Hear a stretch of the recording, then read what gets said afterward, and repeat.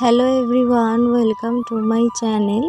আশা করছি তোমরা সবাই খুব ভালো আছো আর আমি একদম ভালো নেই।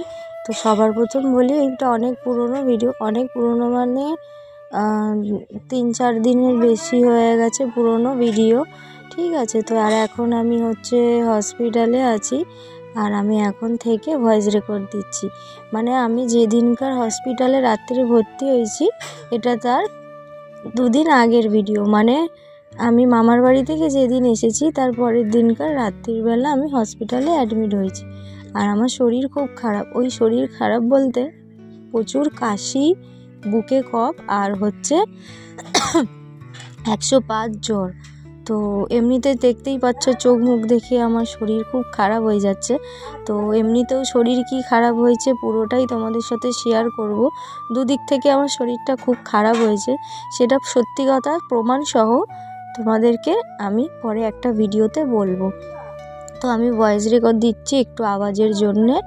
তো তারপরে দেখলাম ভিডিওটা পড়েছিল, আমি ভেবেছিলাম যে ভিডিওটা এডিট করব, করে পোস্ট করব, কেন অনেক দিন হয়ে গেল আমার চ্যানেলে ভিডিও পোস্ট করা হয় না। তারপর ভাবলাম যে চলো এখনই ভয়েস রেকর্ডটা আমি দিয়ে দিই। তো দেখো ভোরবেলা নয়, সকালবেলা 6টা নাগাদ বেরিয়েছি আমি আর মা। আর এখন আছি ট্রেনে। ট্রেনটা কি খড়গপুর না মেছেদা ভুলে গেছি, এখন মনে পড়ছে না। আর ট্রেনটা হাফ রাস্তায় এসে, স্টেশন থেকে এসে, এটা মনে হয় মৌরি গ্রাম, ওখানে এসে দাঁড়িয়ে আছে। মা দুধ চা খেলো আর আমি খেলাম রচা। আর দেখো ট্রেন থেকে আবার নেমে আবার অটোতে বসে আছি আর ভিডিও কল করছি। আর ভুল করে কী সব ভিডিও কল যা পাচ্ছি নাকি কী জানি বললাম। তো যাই হোক, অটোতে যাচ্ছি, দেখো কি সুন্দর রাস্তাঘাট। অনেকেই আমার মামার বাড়ি মাসির বাড়ি এত সুন্দর বিশ্বাস করে না, ভাবে আমার মা চারাল, আমার মাসিরাও চারাল, আমার মামার বাড়িতেও চারাল।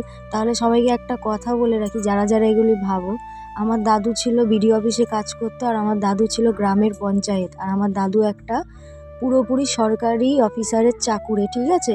তো যারা যারা ভাবো যে আমার দাদুর দিদার আমার মাসিদের কোনো পরিচয় নেই, তাদেরকে এটা বলতে চাই।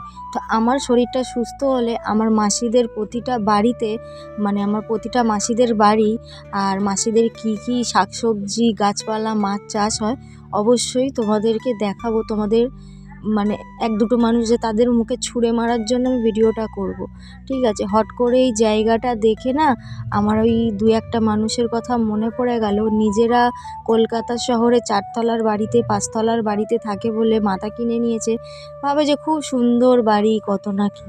তো যাই হোক, তো ভয়েস রেকর্ডটা দিলাম, বাড়িও চলে এলাম দেখলে। আর এই যে পাখাটা এখনও লাগানো হয়নি, পাখাটা লাগাচ্ছে। আর আমি কি জানি কি বক বক করছি। তো চলো পুরো ব্লগটা আমার দেখতে থাকো। গেছে হয়তো পড়ে গেছে। আর শিব ঠাকুরের ফটোটা একটু ঘুরে গেছে, কারণ মনে হয় ইঁদুর ফিঁদুর গেছিলো হয়তো, মনে হয় ওই জন্য। এমনি এছাড়া ঘর সব ঠিক আছে। আর স্নান করে এসেছি গড়পিন্টে, পুকুরে স্নান করে এসেছি। আর এই যে পাখা খোলা, এই যে পাখা খোলা।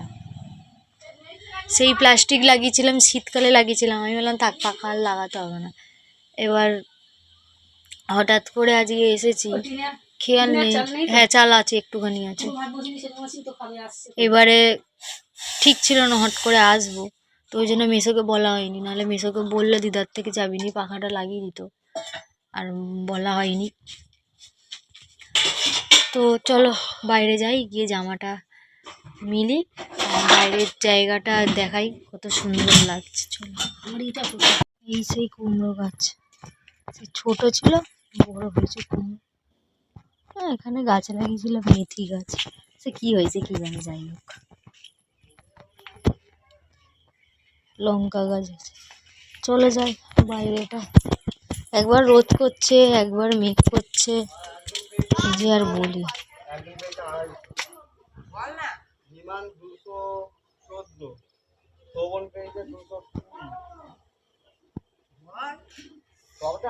এখানটায় জামাটা মিলবো, চলো জামাটা মিলে। জায়গাটা এমনি খোলা ছিল, দিদা কি সুন্দর গাছ লাগিয়েছে মাটি মাটি ফেলে গাছ লাগিয়েছে, কত গাছ হয়েছে। এই যে লঙ্কা গাছ, এগুলি টানা। কি গাছ চলো দেখাই। যে লাল শাক হয়েছে, এগুলি কি পাতা কি জানি, মূলো শাক নাকি মূলো শাকই কি যে এরকম একটা হবে। ও দেখো ওইগুলো হচ্ছে কলমি শাক, দেখো লাল শাক, ধনে পাতা।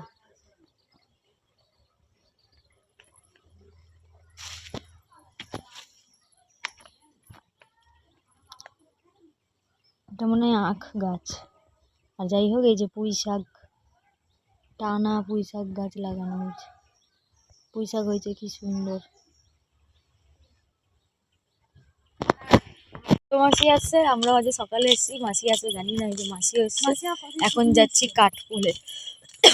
বাবা মরণ কাশি ধরেছে, ডাস্ট অ্যালার্জি, ধুলোতে এসছি। মা ওদিকে তিশা নিয়ে আসতে পারতিস তো ছাতা, ছেঁড়া তো কি হয়েছে। চলো যাই। কি রোদ্দুর, 5:30 উঠি আমি প্রতিদিন। কি রোদ্দুর, এত মাথা যন্ত্রণা করছে, বাম দিলাম কপালে জানিস। টাকা না থাকলে কি রোদ্দুর। গামছাটা মাথায় দিবে না, ঠিক বলেছো তো। মাথা যন্ত্রণা করবে। আমার আর ট্যান বলছে, ট্যান আমি, আমার আর ট্যান, আমার এমনিতেই কালশিটে পড়ে গেছে। এই যে দেখে সে সবাই বলে বাবা সোনার কালার গায়ের কালার, সে তো কালো কয়লা হয়ে গেছে। হ্যাঁ হয়ে গেছে সত্যি, সবাই বলে। এবার কিছুদিন পরে চুলের মতনই হয়ে যাবো। কালকে অনেকক্ষণ মামি আমাকে দেখলো, দেখে বলছে গা পুরো একেবারে কালশিটে পড়ে গেছে, আর পিঠে সিদ্ধারা বেরিয়ে গেছে। বলিনি এই কথাটা, আজই হয়ে গেছে সময়। আগের বারে একবার বলেছিলাম হয়ে গেছে সময়, আমাকে খুব মুখ করেছিল। কত সেপুন শাক, আমি যে বিকেলে এসে তুলবো সেপুন শাক।